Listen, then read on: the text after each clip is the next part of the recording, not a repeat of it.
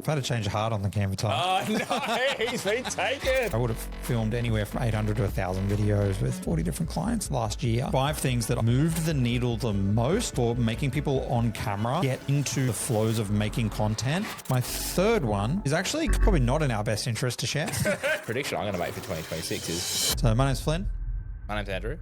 And we are Wildkind Studio, or part of Wildkind Studio. We're not the whole entirety of it, but we are one small element of Wildkind Studio.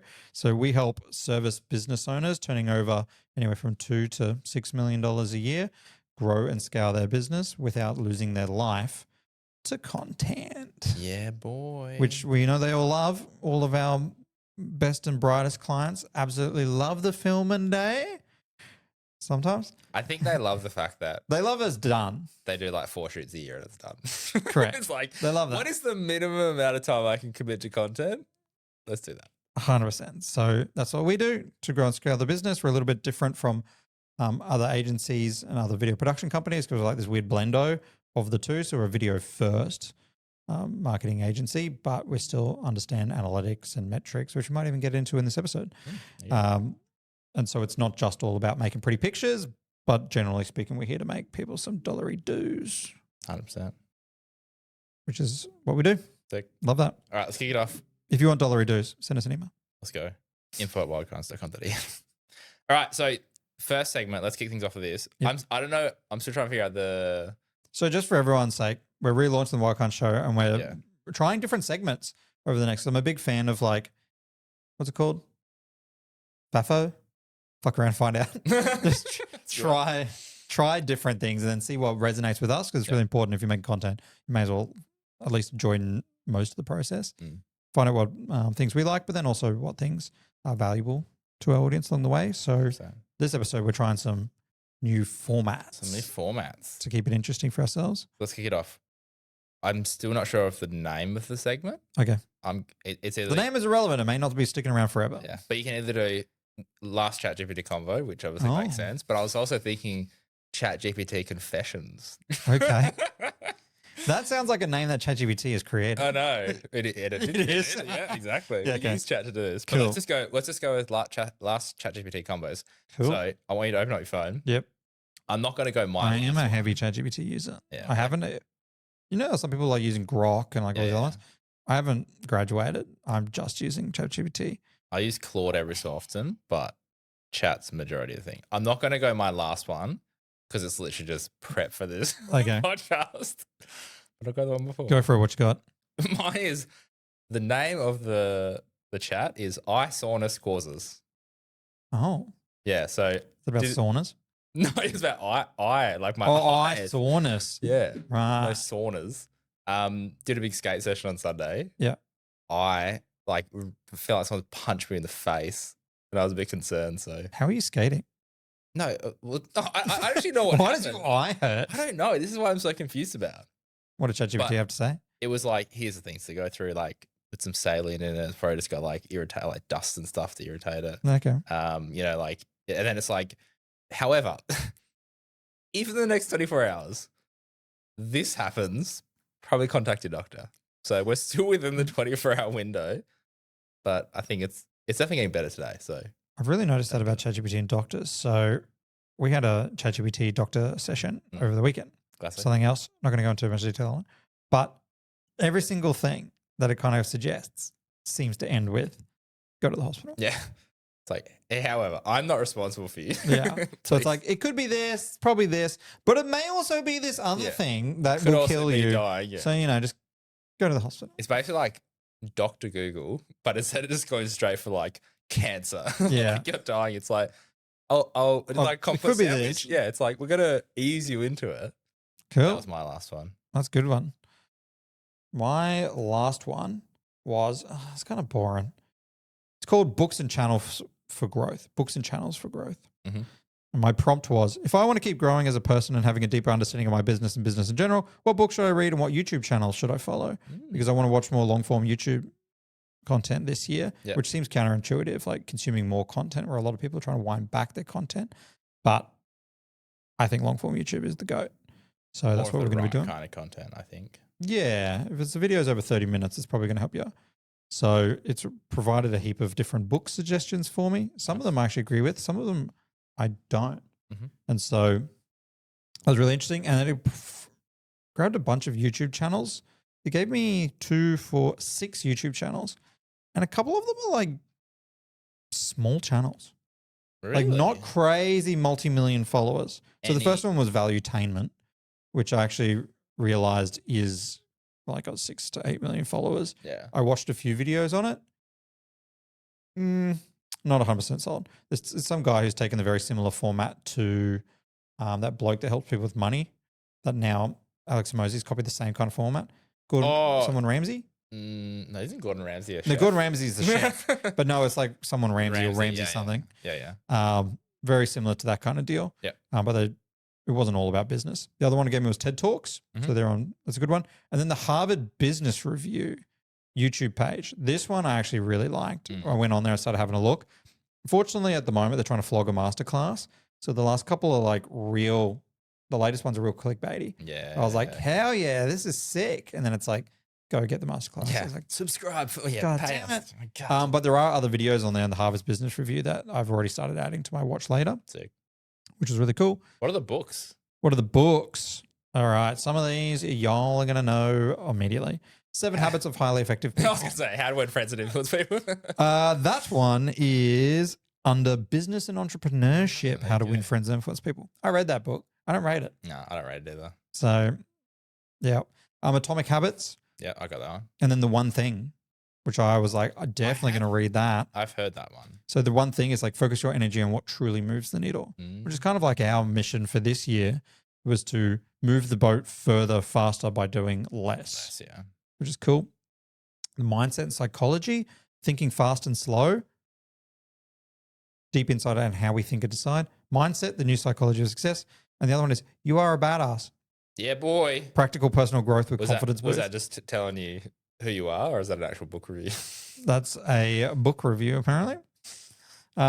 Business and entrepreneurship. Some of these are really good that I have been on my to-read list, but I haven't done.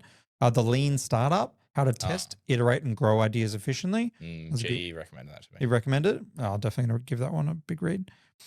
Good to Great, what differentiates companies and leaders that endure, which is a good one. Heard of that one. How to Win Friends and Influence People. Sick. I don't rate it. Profit First, 100% rate it. 100%, Have yeah. read it. And implemented. And over the last, implemented like, it 15 and run the years. business that way. Yeah. Traction, how to get and keep business growth. That one grabbed my attention. I was like, love to know that one. And then Seeing the Big Picture, a concise intro to business acumen and what drives companies. So some of these ones are really interesting. ChatGPT also probably understands that as a creative, I definitely lean more towards the corporate side of things, and the way that I do things is slightly more corporate. And so I think that's why it's also lended me some of these books that I feel was probably more corporate. Yeah, okay. Because it talks about larger companies and things like that. Yeah, cool. Nothing too. Nothing crazy, unfortunately. I'm trying to see if there was anything stupid that I've Googled recently, but I have a really good habit of deleting my chats. Yeah, I know you were So telling me about this. I delete them once I'm done with them. Otherwise, I end up with a smattering of crap. And he's prepped for the segment. He's like, I'm a clean boy. I'm a clean everything up. None of the R-rated stuff is in here. A lot of the stuff that it's probably actually cooking my algorithm, building on tricky blocks. Probably going to be filming with Buildy this week or next week. So, you know, also a conversion rate calculator Nice. that I put on that. We already have one, but for some reason I felt I needed to do it on ChatGPT on my phone. Just use your acknowledgement system. That's about it. Oh, and going to Tasmania. Nice. I started the chat and you can tell I've tried to use the voice feature where it's talking to me. Yeah. And I've started saying something, and you know how it chops in too fast when you're trying to think? It's chopped in. And so what the chat is, let me tell you. Hey, chat, I'm going to Tasmania. Tasmania, that's shut up. I hate you. And then it said content removed because it violates terms and use. I definitely swore at it. That was in the car. And that's in the That's the conversation. end of the convo. Solid. Too good. Yeah, Too good good. old classic ChatGPT. All right. I will say before we move on from chat, the 5.2 thinking model, I think if you're not using it for every single chat, Yeah. you could. Well, defaults to it. It's so good. No, doesn't it? It's the defaults to auto. and it makes a decision on whether it goes fast or slow. I always just set it straight to thinking, and it seems to do a way better I think my job. default's on 5.2. I swear every chat's on 5.2. Yeah, but it's 5.2 auto at the Oh. top, so it'll choose whether it's doing decision, which is like a quick answer, or thinking, and it'll take longer. I always switch it straight to thinking. Oh, mine just always thinks. There you go. Literally, Maybe you're just asking like, it higher level questions Yeah. where it's like, I need to Hey, think. thinking. Shut up, chat. Yeah. Quick God decision. damn it. Next segment. Mhm. What do we got? You're the segment master. Let's go into the meat, mate. And we can Oh, finish. going into the meat, we want to talk about some value. Yeah. So with doing the podcast, one of the things that was really important to me was make sure that we are like providing value on here and tapping into some of our knowledge so that we can, share some things.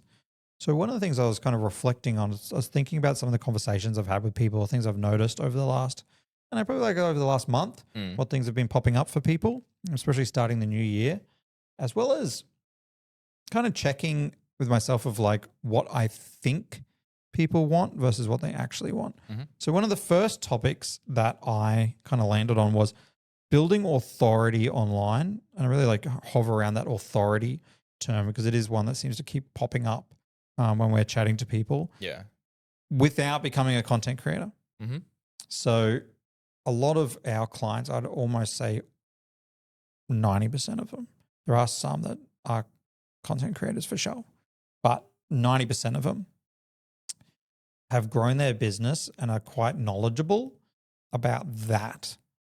And if tomorrow they could get away with not making anything around content, they would 100% take that path and not actually go down it.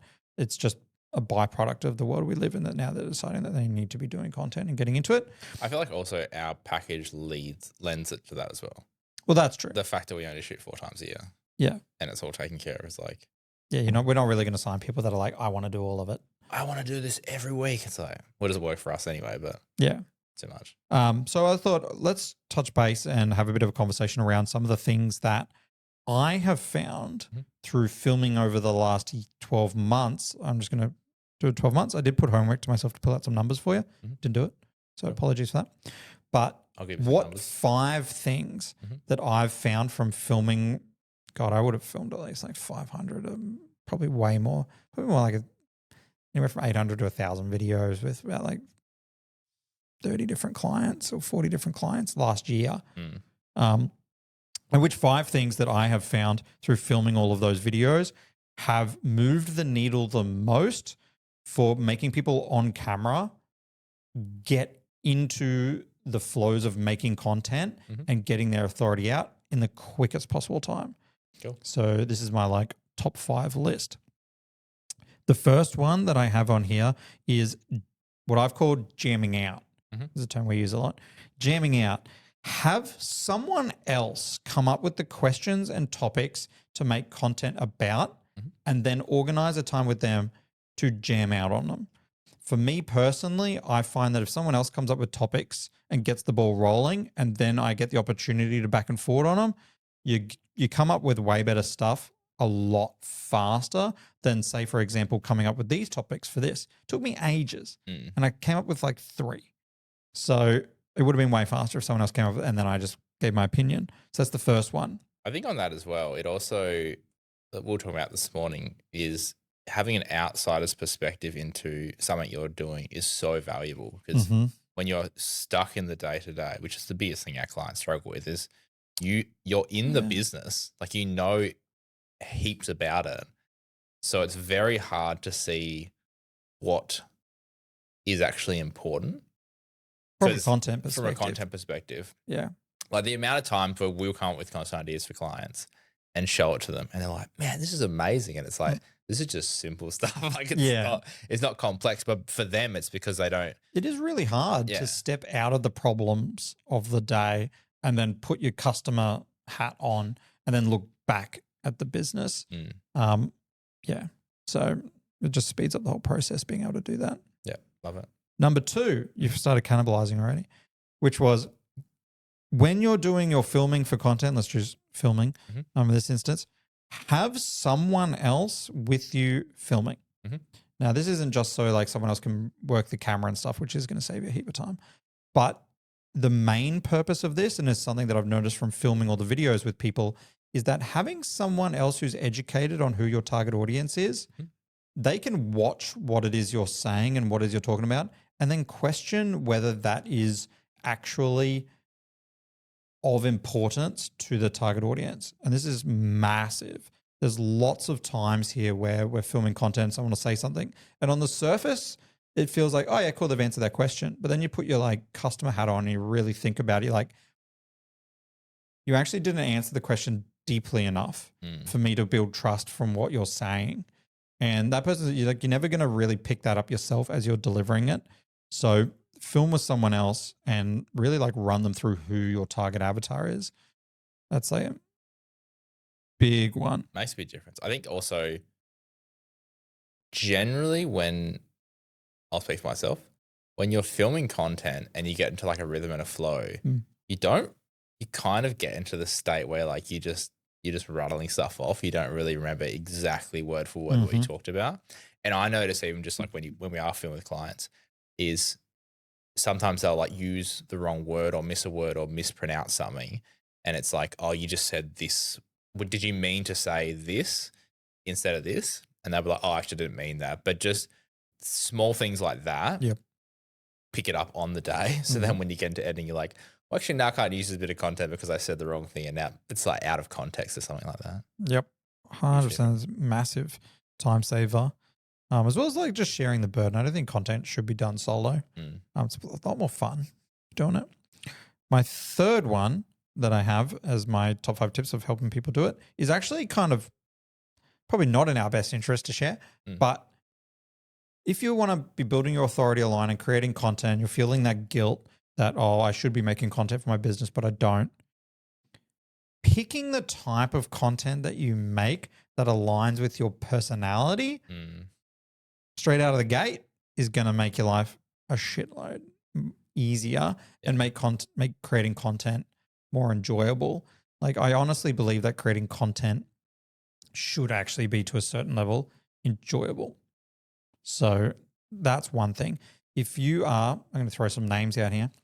So let's say you're Mr. Barry Minton from Elite Access Solutions who loves to chat. Choosing a written format for doing things, probably not the best at it. He likes having a chat, likes having a yarn, and he can deliver information off very quickly when it's verbal. Yeah. So for him, doing video content and like what we're doing, a breeze. Nailed it. If he was like, I have to do written content, as I've already had with him before, recording it audibly and then getting it turned into the written word, way better. Yeah. What's that gets leaning into that, the thing that is lean into the thing that you already do naturally rather than trying to do something unnatural. Yeah. Then on the flip side of that, if you find that you just absolutely hate the idea of being on camera and talking, which is probably most people, to be honest, fair. But you're a gun writer. Like some people are just more naturally gifted at the writing process. Start with long form LinkedIn posts. If you are going B2C, jump on Reddit. Like I think about Jai, the broker. He spent a lot of time on Reddit just naturally. It was a natural environment for him because he spent a lot of time on there himself. And so he already kind of was posting on there for personal stuff. And so he's quite good at speaking in the way that people on Reddit like to read.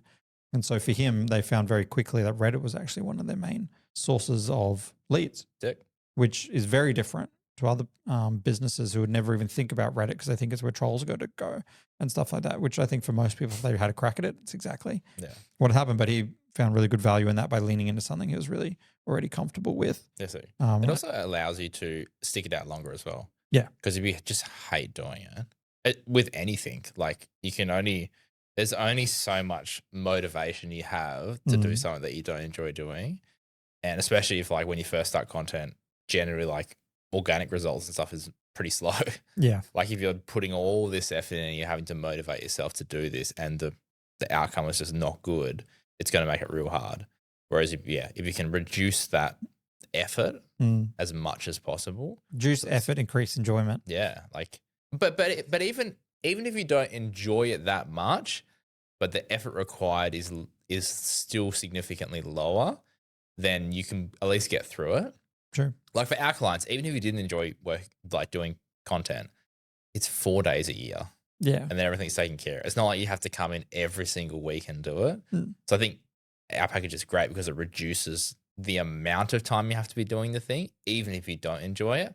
But there's an opportunity to increase frequency. True. So if you do enjoy doing it, then let's do a podcast, let's do other stuff, and you can increase that. Yeah.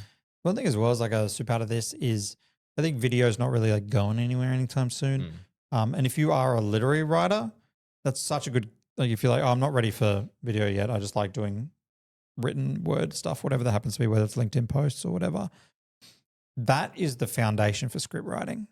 And so if you are there and you're doing that and you're starting to get really good impressions off that, awesome. You've already won half the battle when the time comes that you do want to transition into video because your scripts are going to be on point because you've already practiced them. And you've got a whole backlog of stuff that you could just go, I'm going to just make videos about all these things I've already made, which is cool. Sick. The fourth one that I had, I actually thought about at the coffee shop. I didn't write it down. Can't remember what it was because I spoke to you about it.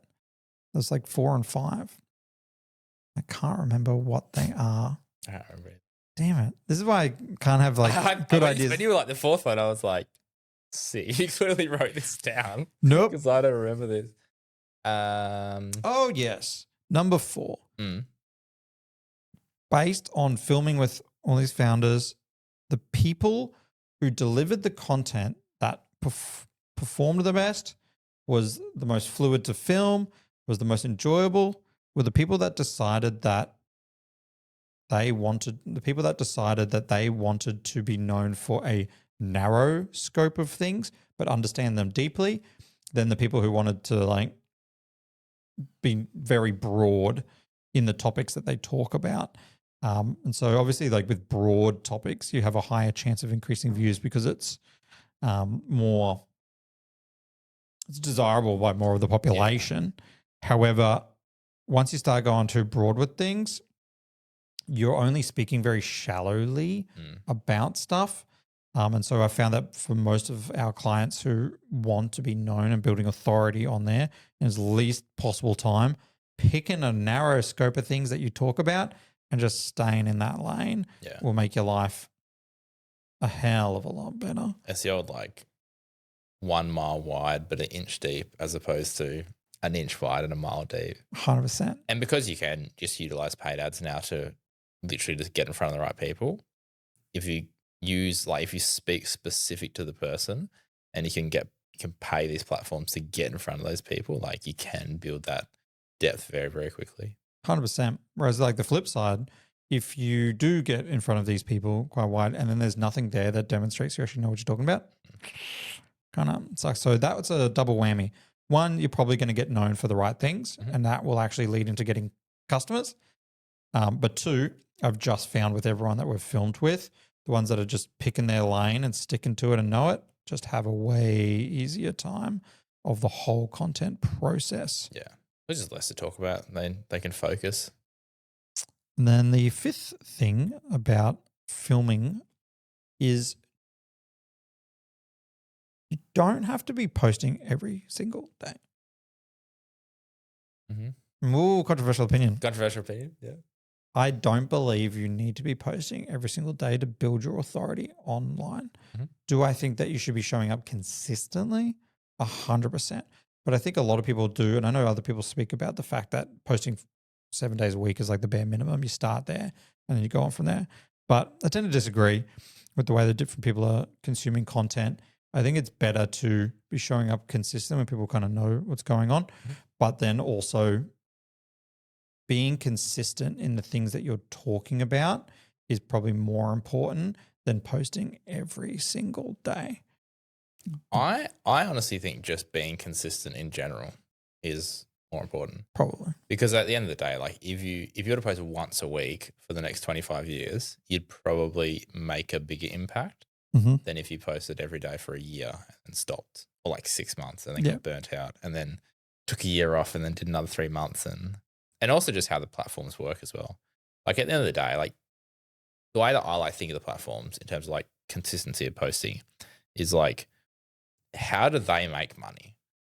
Because if you can figure out how they make money and you can appeal to that part of the business, they're obviously going to help you run. Mm-hmm. So like the platforms are free because they can advertise on the platforms.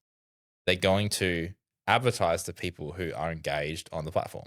So if you are consistent and you're bringing people back to the platform where they can advertise to them, they're obviously going to help you out. So if you're consistently bringing people back to the platform, they're going to like you. If you're sporadic and you kind of bring some people and then you disappear and then you bring some people and disappear, they're not going to favor you as much. Mm-hmm. We're seeing this with YouTube a lot now as well. Like if you disappear and come back, they really like are wary of giving you views because they're like, it gives a bad user experience if you post a really good video and people are expecting it and then you disappear for like 6 months. So that's why I like to think about it and then kind of reverse engineer it from there in terms of like, what is your frequency of posting, and just do whatever's consistent for you. It doesn't really matter at the end of the day, as long as just choose a frequency you can do forever and then just stick to that. And then if you can work up. If not, then just stick with that.